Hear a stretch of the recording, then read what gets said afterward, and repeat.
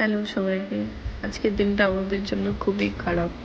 কারণ আমাদের বাড়িতে ডগ আছে ৪ টা। তো ওর মধ্যেই একজন আজকে আমাদের পৃথিবী চলে গেছে। তো এখন বলে বুঝাতে পারবো না আমাদের মনের অবস্থা। খুবই খারাপ লাগছে। উপায় নেই। যার যাওয়ার সে তো চলেই যাবে। এই মারা গেছে ও। তো এখন ওকে নদীর ধারে গর্ত করে রেখে এসেছি।